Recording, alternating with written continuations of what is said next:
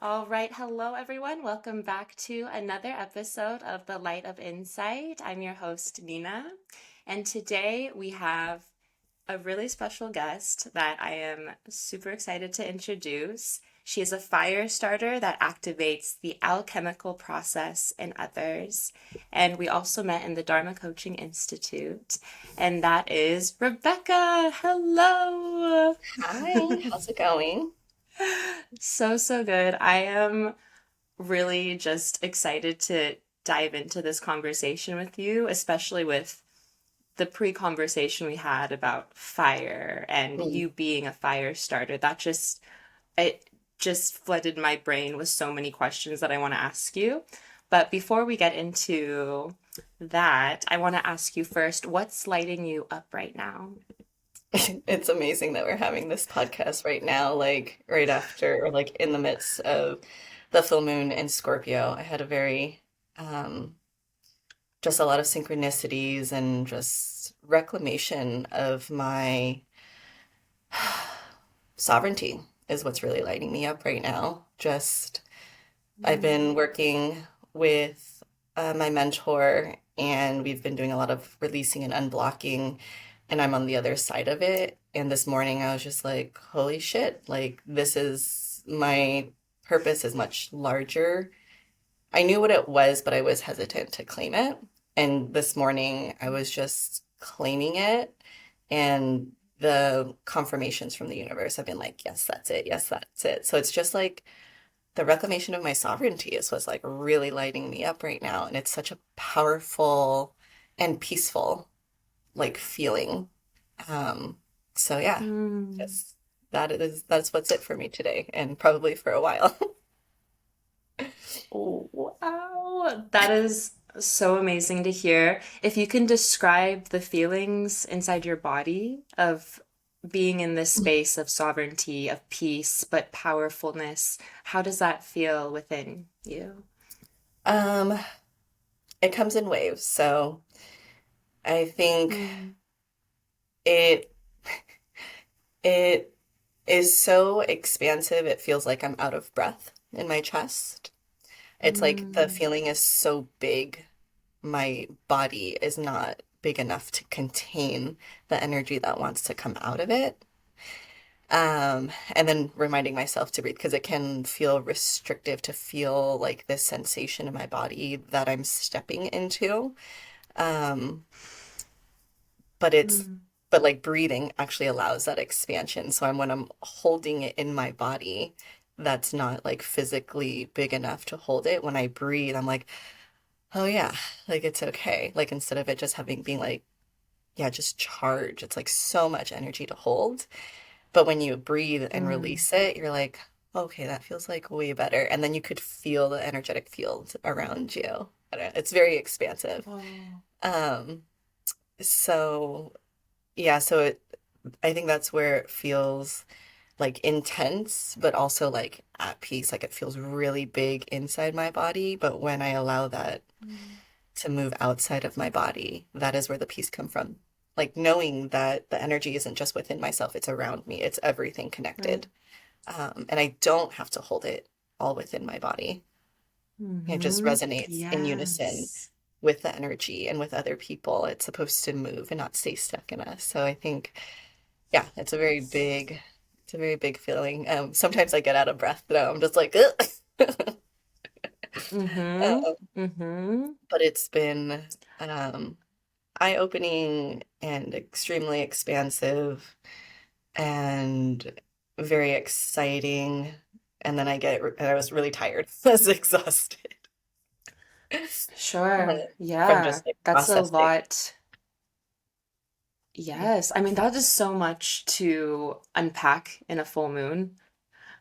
Just the past few days. That's a lot coming through. I think it would actually really be great to get into and helpful for my listeners because with that introduction and you explaining this sovereignty and this new version of yourself that you're stepping into, I think it would help first if we unpack a little bit of your story Mhm. and then I would love to get into your astrology too, because there's questions I want to ask there. But would you, this is kind of a interesting question for a lot of people, especially with multicultural backgrounds, but where would you call home for yourself? Hmm. My home is not never it's never been a physical place. Um, my home is with my family. My home is within myself for sure. My home is Mhm. knowing that even if I'm not in a same physical place with my family and friends, that we're still connected. Um, so that's where like home is for me. Like if I have a wonderful relationship with my friends, and it's like we understand that we're busy with life, but we'll just text each other randomly, like, I love you. And it's just knowing that they're thinking about me in that moment or that I'm thinking about them in that moment. Like, that's all we need. And then when we like meet again, we can just catch up as if nothing fell off. So they're my home. My friends and my Mhm. family are my home, to be present with them when we are physically together and to know that just because we're not physically together doesn't mean anything. Um, yeah, so that is home for me, is in that space, the unseen space, Mhm. and knowing that that they Mhm. could always rely on me and that I can rely on them. Mhm. So that is definitely home for me. Mhm. I resonate with that so deeply because I grew up growing up in Montana and being raised by a Japanese mom and an American dad. There was always this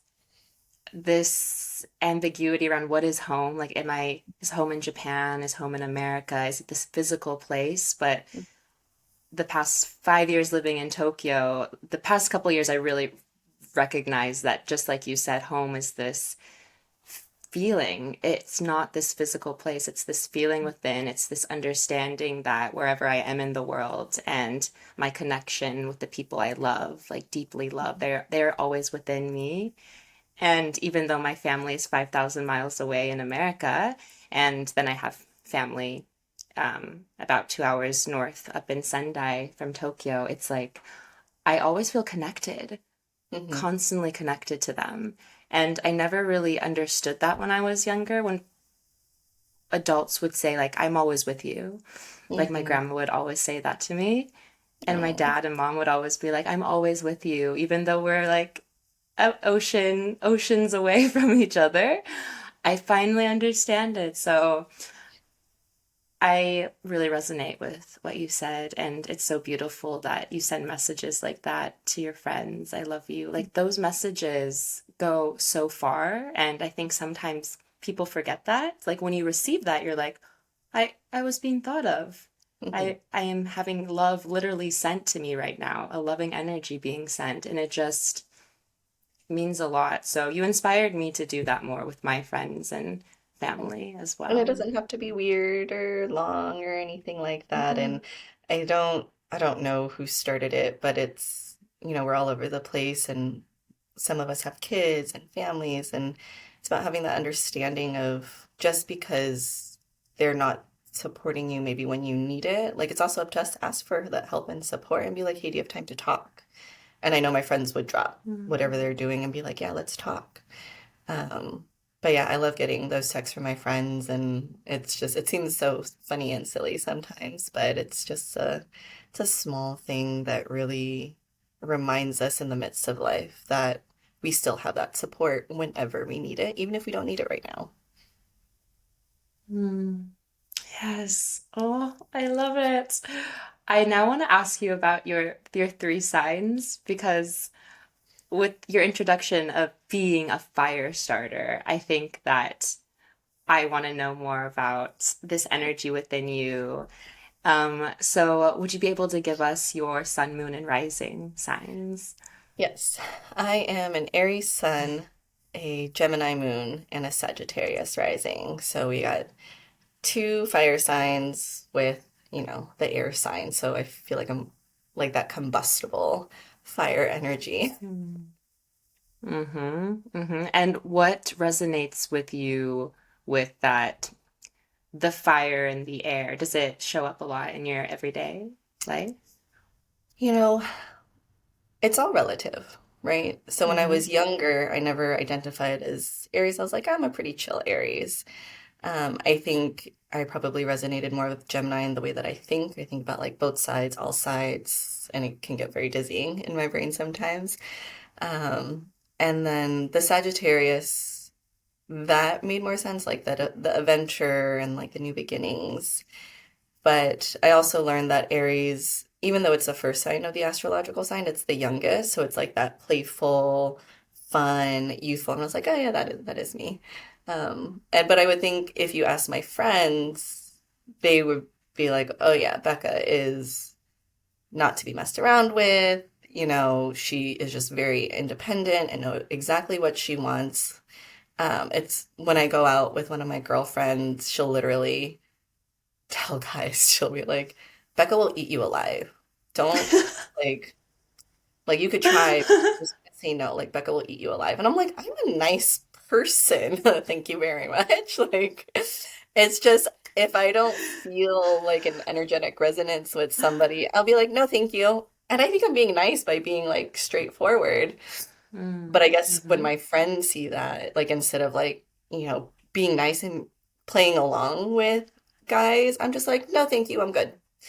And I guess that can seem like pretty cutthroat. I'm like, I think I'm being a nice person when I do that. So I think it's all relative. But I think, as I am kind of stepping into this new season of my life, I feel like I'm learning to not be afraid of stepping into that Aries and that, I never connected with the leadership aspect of Aries, but I think I was always Mm.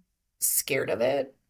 Or, I was working through a lot of like just kind of releasing old programming and limiting beliefs. And I had a resistance to being an authority figure or a leader. Because in my head, I'm like, no, I'm just a human.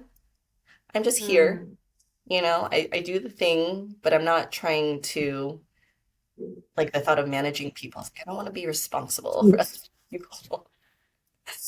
Um, Mm-hmm. but Mm-hmm. kind of claiming and stepping into this new season, I see that the leadership and the authority that the examples from when I was younger, that's not how I would want to see a leader or an authority, and that's not who I want to be either. But in this kind of shifting of the new world and, kind of this rebuilding, I realize we have the ability to redefine what a leader looks like. Like, what are those qualities do we really want in a leader or an authority figure or, you know, and I don't want to be seen as like higher up than everybody, but Mm-hmm. it's like we're at a space in time where we need to create change. So somebody just needs to start it, right? We Right. just need to like have the idea, what can this look like, and have that fire activated in other people because I can't do it by myself. I want to Mm. help and activate the visions of other people. We need Mm-hmm. to create like a new world. And this is Mm. the opportunity to do that. There's so much happening and dissonance and crumbling happening. So, in this space of the release, in this space of like that tower crumbling, we have the opportunity to come together and be like, okay, well, how are you going to build something new? What is that going to look like now? Mm-hmm. Um, but yeah, just kind of stepping into that essence is coming through. Oh, you are so amazing. I'm like getting chills listening to you speak right now. I want to ask you about this concept of leader and Mhm. leadership and this authority. How would you, stepping into this more and reflecting upon this more, how would you want to redefine what a leader means to you? It's for the people. Like that's it. It's just um it's for everybody. Like I don't see the leader as somebody to be looked up to. There Mm, are so many facets to our lives, right? I can look to you and be like, wow, I really like how Nina does this. And then I can look to somebody else and be like, and I really like how, you know, Sarah is doing this with her job. I really like how, you know, Jonathan is being a father. Like, we look to each other in different aspects of our lives to elevate ourselves, to expand. So everybody is an expander for us instead of looking at one person and we put people on a pedestal and be like, okay, that one person has to do everything right. And I'm like, no. I curse.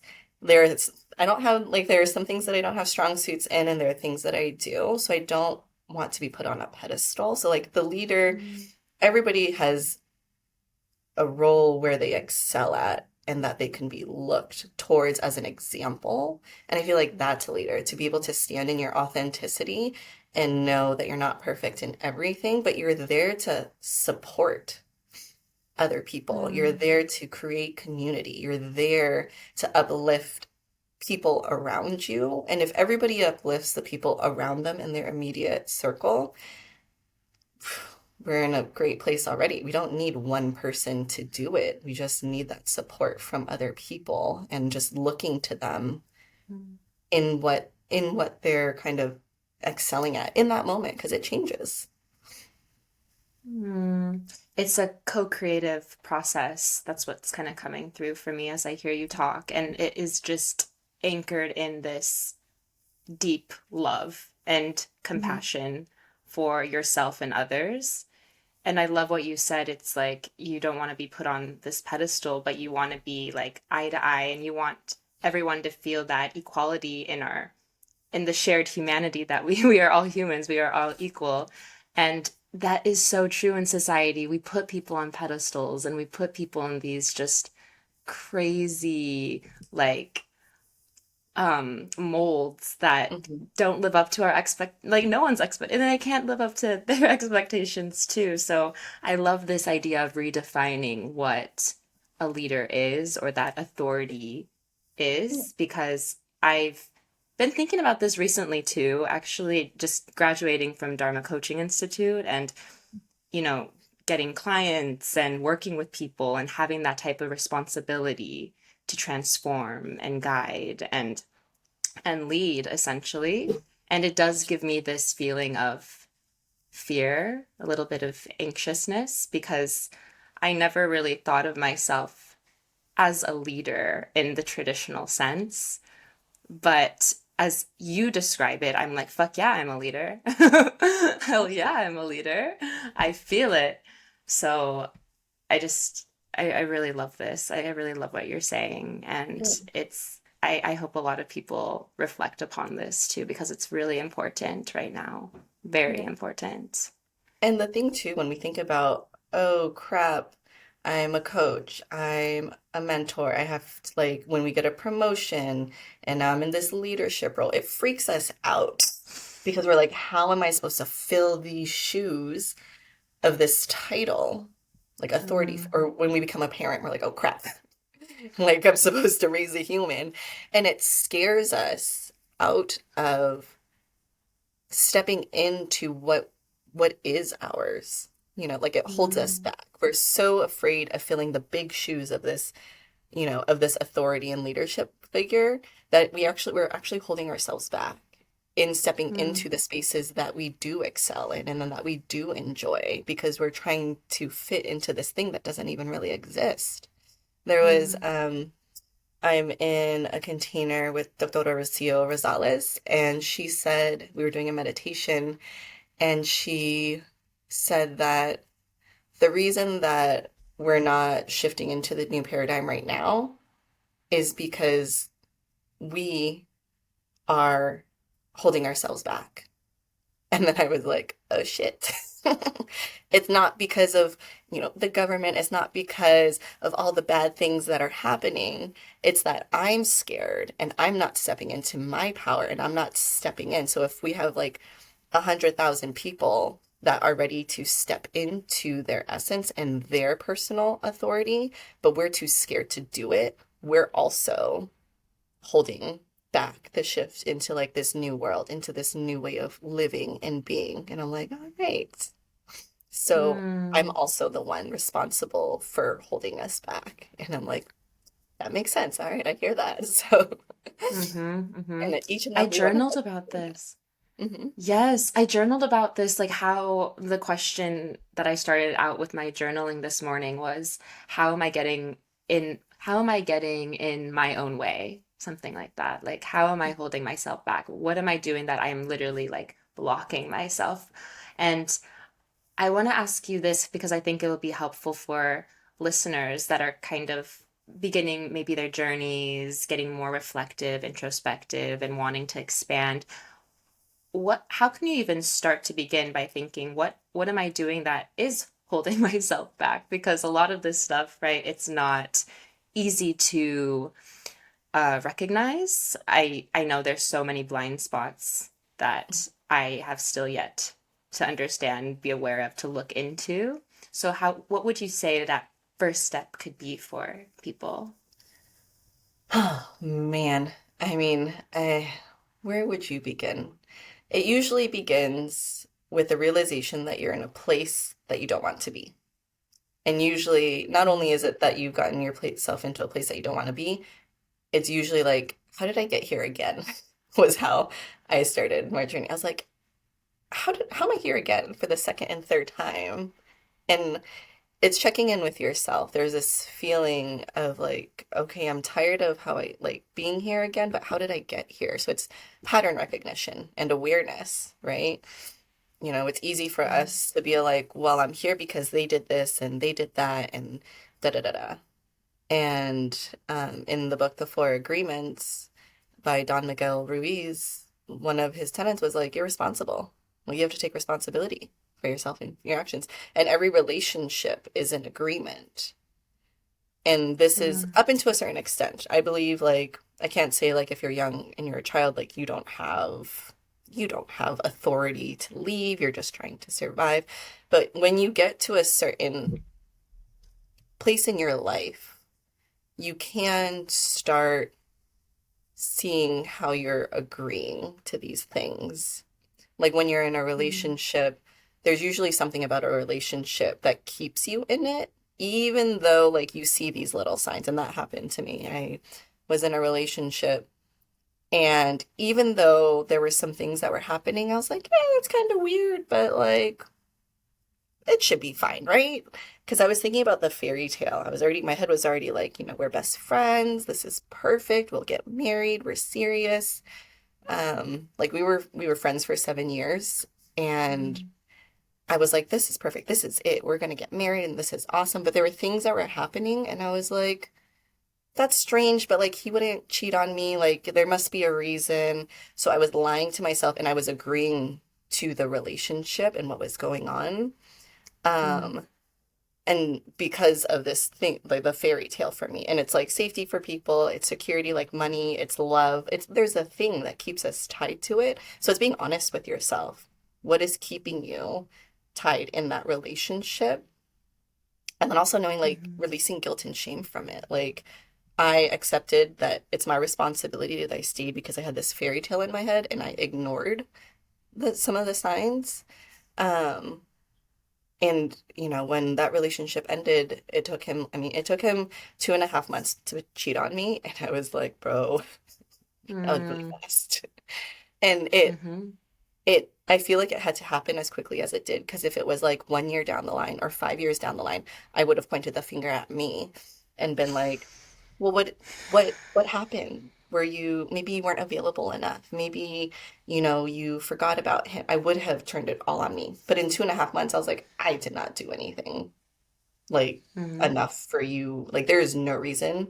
Like, yes, I could have done more, but like you could have done the bare minimum of not cheating on your best friend in 2.5 months. mhm, So it's like mhm, being honest with yourself, releasing guilt and shame in that journey of like recognition and awareness. There were so many times where, like, after that, even though I knew I made the right decision, I still missed him. I still missed our relationship. And like, mhm, like, I had no will to like do anything except survive. Like, I went to work, came home, exercise, and I was like, I'm just going to focus on me. But in the nighttime, like, I missed him and I missed a relationship. And I knew logically, I was like, my brain started going like, that's stupid. Why would you do that? He cheated on you. And that's not the voice that you want. Like, that's not a nurturing voice. And at mhm, the end, like, I remember one night I was laying in bed and I was missing our relationship, and I had to like think through this. And I was like, it's a brain thing. My brain missed the feeling of being in love because I felt that love, even if it wasn't, you know, as valued. I do believe he loved me and cared for me, but he was going through his own stuff. Like he could have only been going through his own stuff that was so big for him that I was collateral damage. And I know he did not intentionally Mm, mean to hurt me. He just did the thing that he thought would make him feel better. And in that moment of right. his decision making, I wasn't in his, he wasn't thinking about me. And that's like, that is the Mm, truth. And my brain, my body just missed being in love and feeling loved and giving love. And the most recent memory was that relationship, so it was like, it wasn't a me thing. And there was no reason for me to feel guilt and shame for missing him. I miss our relationship. And so at that moment when I realized that, I was like, I'm just going to allow myself to miss him because I know I'm not missing him, the person. I'm missing the feeling of being loved, and that was true. That's what we had, right? Even if he was going through his own stuff and it didn't work out, I can hold on to this and use this feeling as an expander. My next relationship, this is the feeling that I want to feel, and also add on that it is also valued. This is how we learn about ourselves, is yeah. we learn from our relationships. I like this in this person. I like the way I felt this way and that way, and it didn't work out. But this is how I know in my next relationship that, I want this is how I want to feel. I like this quality in this person. And even if it doesn't work out, I loved how supportive he was. And I want that or more, right? So Mhm. the people in our lives are not perfect. The people in our lives are not perfect, but they let us know what we Yes. don't like, what we're not going to put up with anymore. And also like, but you did do that well. Like, we did have good memories. So it's having the Mm, capacity to hold all of it together.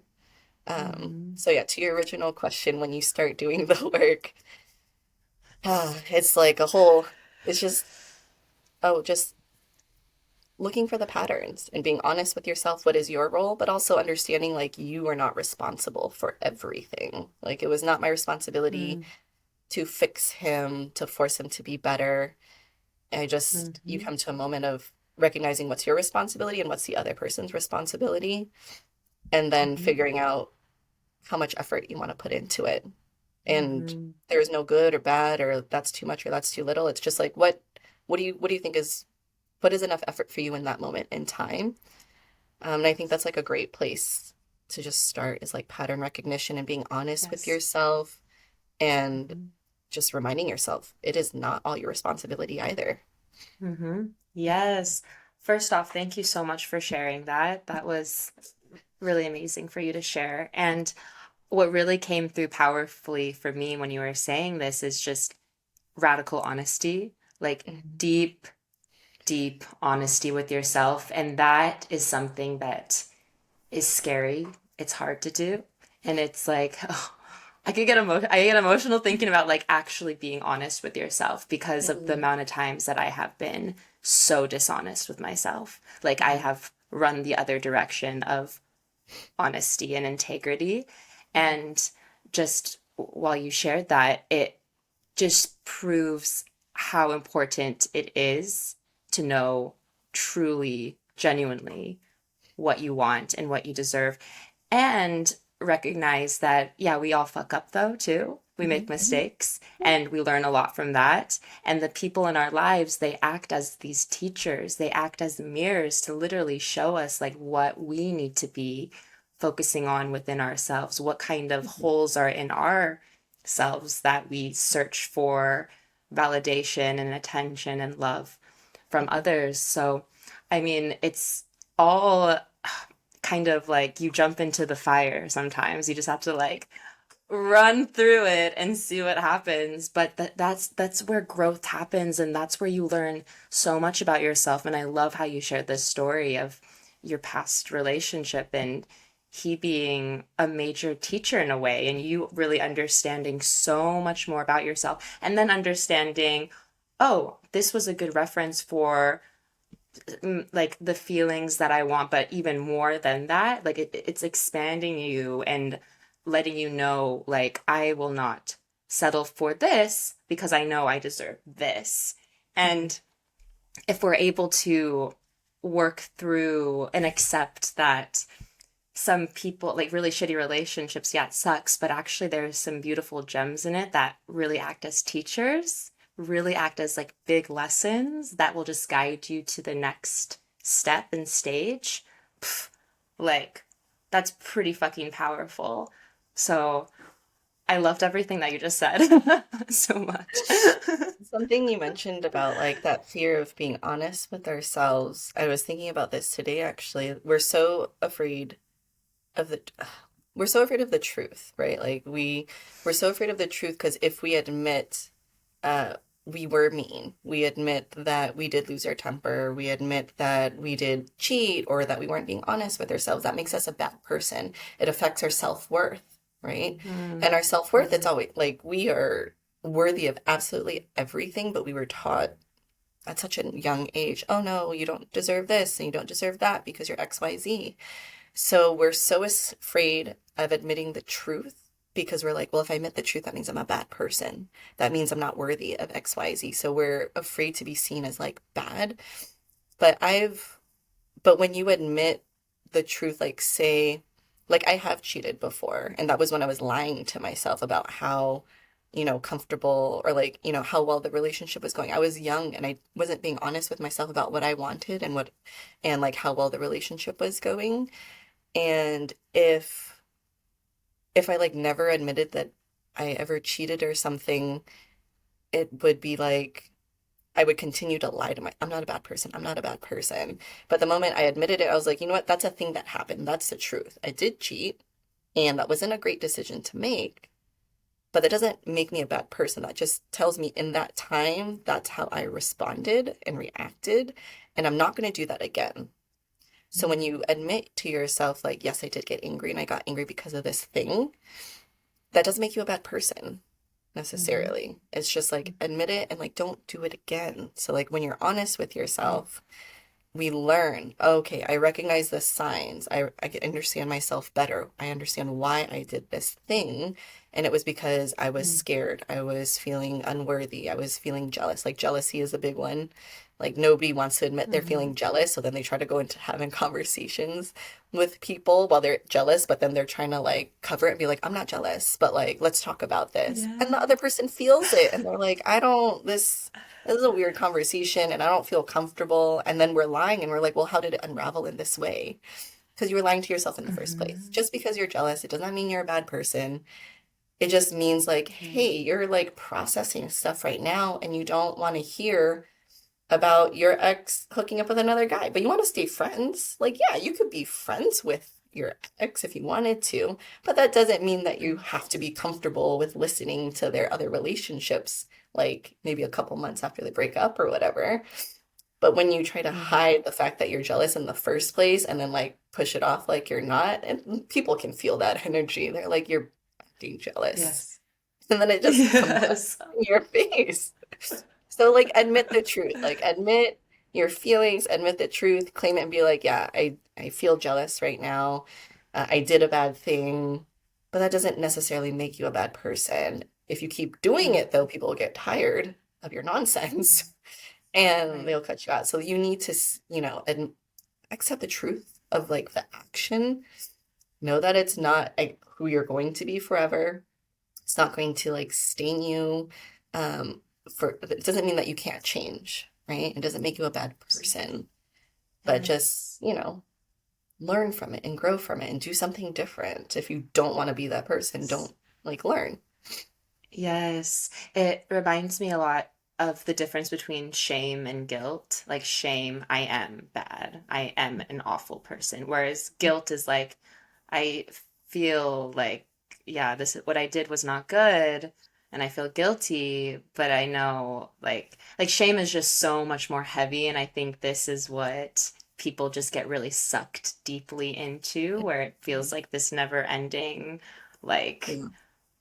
feeling that you just feel like shit. You just feel so like I don't deserve anything because I did this. Mm, But it's like, oh, because I felt that way before. I felt that way before, and it's like one of the most awful feelings. So I feel for people that are in this, but it's just like you said, it's this responsibility. Like, how are you going to, oh, and we can even get into alchemy from here too, but how can you use this past experience, this past feeling, what has happened, and learn from it, transmute it, turn it mhm. into something that is actually like, wow, I'm grown. I fucking learned a lot. I learned my lessons.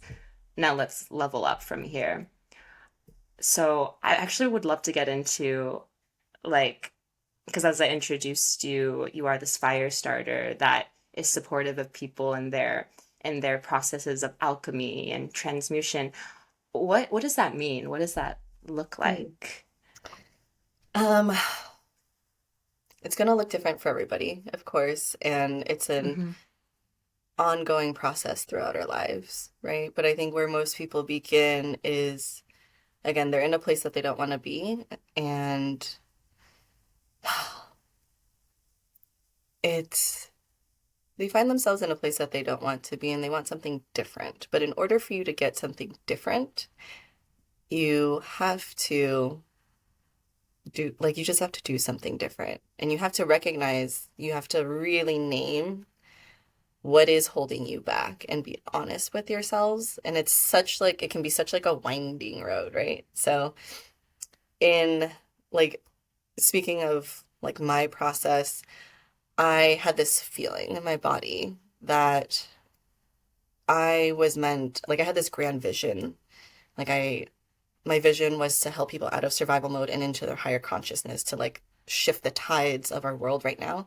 But that felt like a really big, scary thing. And what was holding me back from claiming that was I was afraid to be like my dad. And my dad, he does wonderful work in the Buddhist community. He's bumping shoulders with like, higher ups. So in my reality, he's the only one around me that is doing something in the community, just like shamelessly, just like for the Buddhist community. He's speaking against, there's corruption in Buddhism right now in some facets. And so when I was looking at my life, I was like, I feel like I have this big grand vision, and so does he, but I didn't agree with like him as a person per se. So I was scared that I was going to be like him. So that my greatest vision was also my greatest fear at the same time. Hmm. And working with my mentor, she was like, you got to dump compassion all over that relationship. And I was like, I feel like I'm being pretty freaking compassionate over here. Like, and it's just like the process is just looking at your wounds, being honest with your wounds, seeing where it's got you. And again, like we were talking about this, like what is yours? How did you get yourself here? What did you agree to? What did you let slide? How how did you, even if somebody else started it, how did you continue it? Because we continue relationships, we Mm. continue getting that job, going into the career, putting up with coworkers and not saying anything. What are all those small things that you did to get Hmm. you to where you're at? That's alchemy too. It's just not in the Hmm. way that we want it to, because we ended up, that's like unconscious alchemy, essentially. Everything we do has a reaction, has a response afterwards. But we just didn't realize that we were doing that. So we just feel powerless at some point, right? Until we get to a point in our lives where we're like, I don't want to be here anymore. So we have to take responsibility as number one of seeing like, and man, that compassion and that forgiveness is hard. And when my mentor was like, you got to dump compassion all over the relationship, again, I was tying it to the person. I was like, you want me to be nicer to him? You want me to be more compassionate? Like, I feel like I worked so hard to get to this point. Like, he doesn't upset me. I accept, he gets upset and I accept him. Like, I know for a fact if my father had the love, compassion, and support when he was younger, like he would be a completely different man. So I know that it wasn't a him thing. It was a generational, it was a society thing. It was the fear that was instilled in him. It was his hardships, and that's why he is the way that he is. And even so, he still comes out and he wants to put out everything that he can into the community, right? So I recognize that in him. So I was like, I feel like, even though I'm pretty indifferent, like that's pretty compassionate. And I try to still be in his life and let him say what he wants to say without like starting a fight or anything. So in my mind, I was like, that's as compassionate as I can freaking get. Mm-hmm. She wanted me to tap into Mother Teresa compassion. Wow. And Mother I was Teresa like, compassion. you got to be joking me, right? And at first, and I was even journaling about it, and I was like typing and rambling, and I was like, it did pop into my head to have more compassion for him and like extend an olive branch. And I was like, that's too much for me to do right now. Like, I feel like I've done a lot, and that's too much for me to Mm-hmm. do right now. Like, maybe I'll keep it in the back of my head. It could live there if I feel like Mm-hmm. revisiting this in like 10, 15, 20 years. Maybe I could build the capacity to do that, but today, no. But she reframed it in a way where she's like, okay, don't think about, like, you don't have to say anything to him. You don't think of it as compassion for him. Think about the relationship that you had. I just turned 33, and so everything that my dad did, in a sense, was mostly in my childhood. So I had to take a look at it. And I'm like, Mm-hmm. well, if this happened, say 20 years ago, even like 10 years ago, all the things that's happened. How much longer am I going to hold on to that thing that he did to me 10 years ago and have it hold me back with like resentment and like, like it was that fear that was because like, I don't want to be like him. So I'm going to hold on to this thing that he did to me 10 years ago. And because I'm holding on to it, it's actually keeping me from doing the thing that I want to do because I'm so scared that I'm going to turn out like him. And like my Mm-hmm. friend, actually, my best friend, she was like, girl, I would never let you. And I was like, this is why I love you. She's like, I will warn you. And I was like, you're right. I would listen to you. I would listen to you if you told me that I was turning like my dad. And she's like, but you wouldn't do it anyways. I was like, yeah, I know. But the moment I separated the compassion onto him as a person, because I don't know what he'll do in the next like 10, 20 years. Like maybe he'll still do something that I don't agree with. But pouring compassion on our relationship, right? Even if he wasn't there, like we had some really amazing moments and I did learn a lot from him.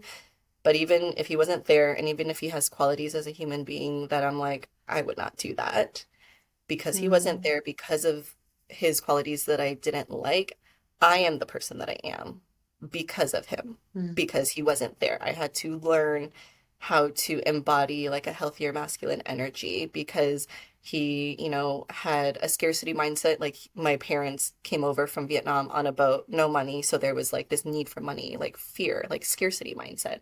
I had to learn to overcome that scarcity mindset. So even if he has qualities that I did not like, I recognized that and I was like, I don't want to be like that. And I had to learn how to be more expansive, to be more loving, Mm-hmm. to be just the person that I am today.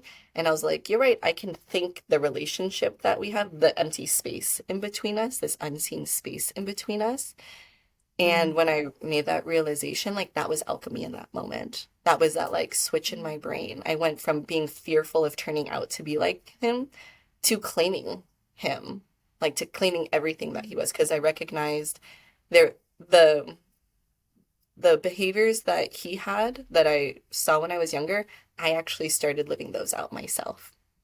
Um, he had indifference and I was indifferent, right? And it stemmed from an unhealthy, like, oh no, like if you love me, love me. If you're not around, whatever. That was a protective mechanism for myself Mm-hmm. in the beginning. And I had to Mm-hmm. learn the truth in that. I'm like, oh no, I would love it if you stay. Like I love you, care for you, but if it's not meant to be, it's not meant to be. Like I know you'll be good on your own and I know I'll be good on my own. So it shifted. I had to learn to shift that. It started as a protective mechanism of indifference to no, really, like we're connected, but we don't have to be attached for me to care for you. We don't have to be in a relationship for me to want the best for you. And it started with the relationship with my dad. So that all of that is alchemy, is admitting all the things that I didn't like about him, but also recognizing, ah, shit, like I was actually running that in my system anyways. And being Mm-hmm. honest with myself, like, shit, you got that from him and you got that from him. Um, because I was so afraid of being like him, and this is like such a trippy thing, there's a dissonance in my body, right? There's a truth. I am him. I'm his child. I am him. He's a part of me. I've learned so much from him, even if it's in my subconscious programming. But I was trying to separate myself from the truth that I was him. So I had this fear, this dissonance in my body of like, oh my God, I can't move. There's so much resistance. I was trying to deny the truth instead of Mm-hmm. create space and be like, nope, that is also me. I did those things, but that does not have to be me forever. I don't always have to like be on like protective mode. I don't always have to like be skittish of other people. I don't have to be in a scarcity mindset. I lived it. He kind of activated that in me, as my mentor said. He activated in me, and I already had it in me. So I had to learn through that stuff. And that's how I alchemized it. It's admitting the truth, claiming it, and also being like, okay, I'm done with that. I'm Mm-hmm. done. I'm done with that. And now I can start a new chapter, knowing everything that I know, knowing everything that I don't want to do, knowing how I got there in the first place, and being more aware and checking myself in the future when those moments happen. Like they'll still pop up, but now I'll recognize it faster. I won't go through like who knows, like years of doing the same Mm-hmm. thing. I'll just be like, ah, yep, it's creeping up again, Becca. Like let's check ourselves and see what's happening. And it doesn't happen often yet. Um, but it's, the more I interact with people, ideally it won't happen, but I just know myself better. I know I could recognize the energy in people and feel like, I don't want to do that. No, thank you. So that's that Mm-hmm. alchemy is just claiming it, creating space for it, being honest with yourself, and then knowing that you don't have to keep doing it. Like once you claim it, you burn it. Just thank you, you think it, because most of the time it's a protective mechanism. It's trying to keep you safe because that's what you know, right? Right, right. Yeah, Yes. so it's not a Do you bad thing. literally burn it, or what do you mean? Like Well, metaphor? I did do, like I did, right? Like, what was it? The full moon, the last full moon. I've Mm-hmm. never burned anything before, but it was very therapeutic to, like, so I wrote down Mm-hmm. what I was releasing, and then I claimed it. Like, like, I was releasing everything that just no longer served me. Like, you have to claim it first. It's not like I was releasing all the bad things that I didn't want. It was like, this is me. I claimed it. Like, I did this and I don't need it any longer. Thank you for, protecting me, or thank you for keeping me safe. Thank you for serving me and teaching me this lesson. I've learned my lesson. Thank you. And I burned it. And it just, there was a very interesting, like very subtle, like finish to it. Yeah. Mm-hmm.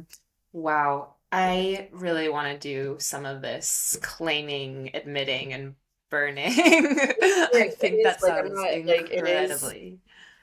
it is, and I felt like a, a resentful teenager. At points we talked about this before. I was just like, well, I don't want to admit that I was ever like him. I don't want to admit that he had um any part of who I am, because I feel like I've worked so hard and I come to a good place. I didn't want to give him credit, right?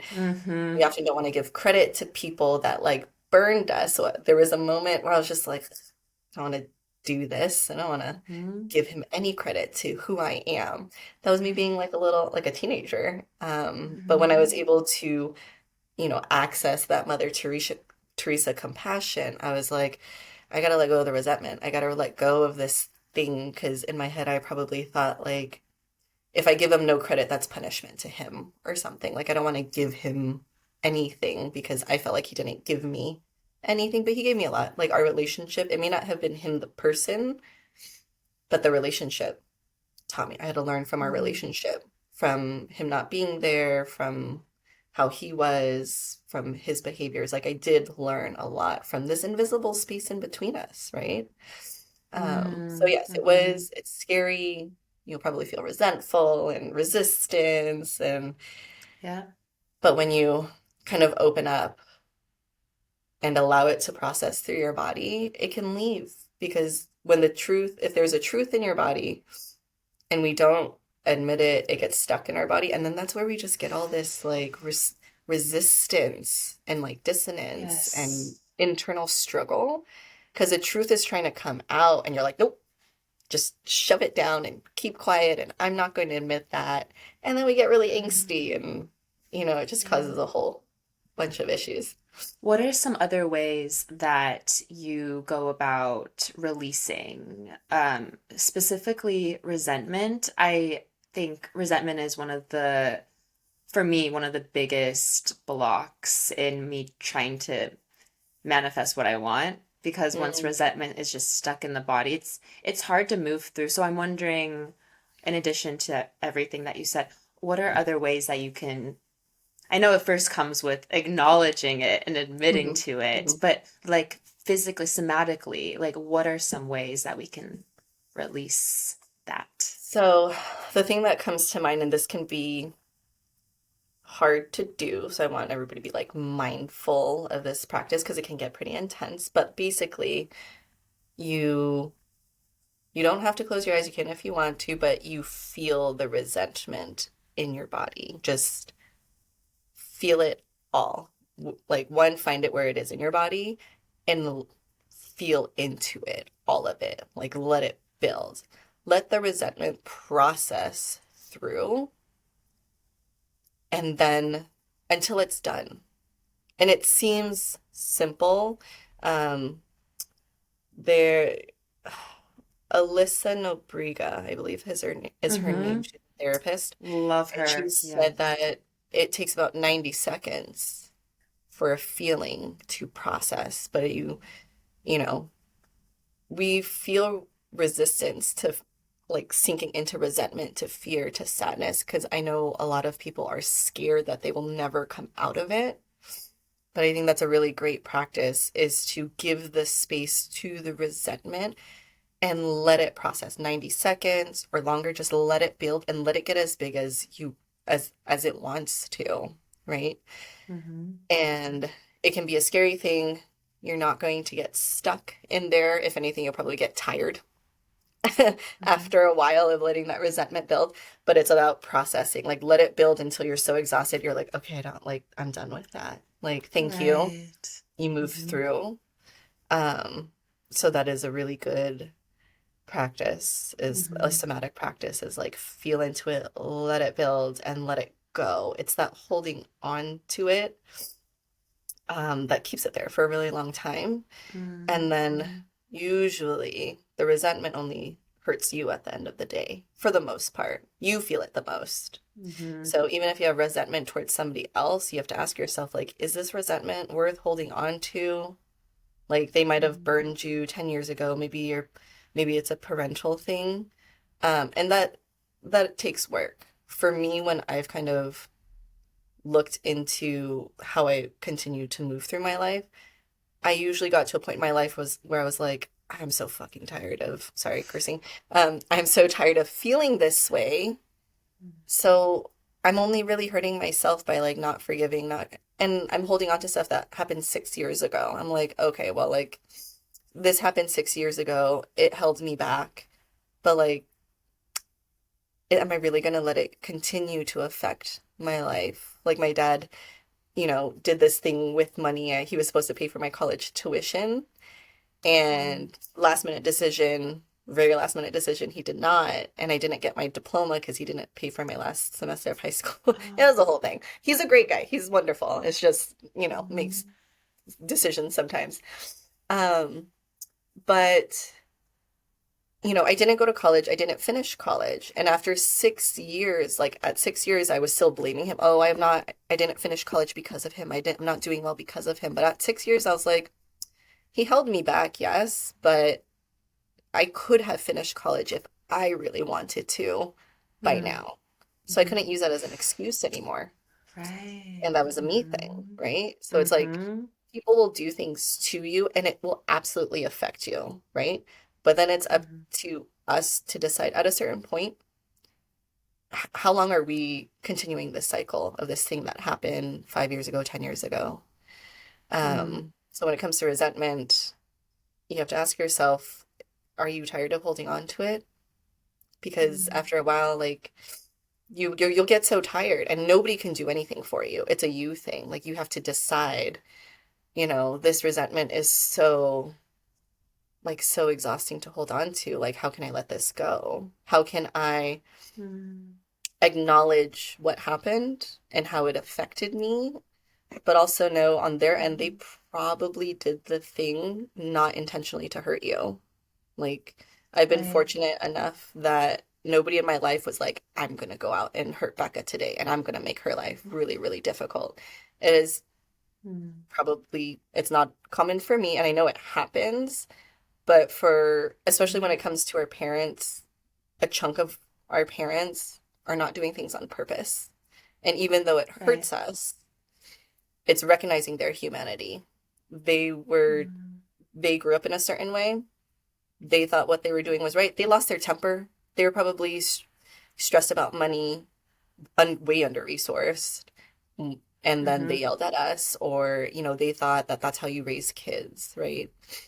But I know for a fact for my dad, and every parent probably, if they grew up with love, if they grew up with support, if they grew up with, community, and with the knowledge that we have today, they would probably be different and raise us differently. So it's like recognizing their humanity and being like, Mm.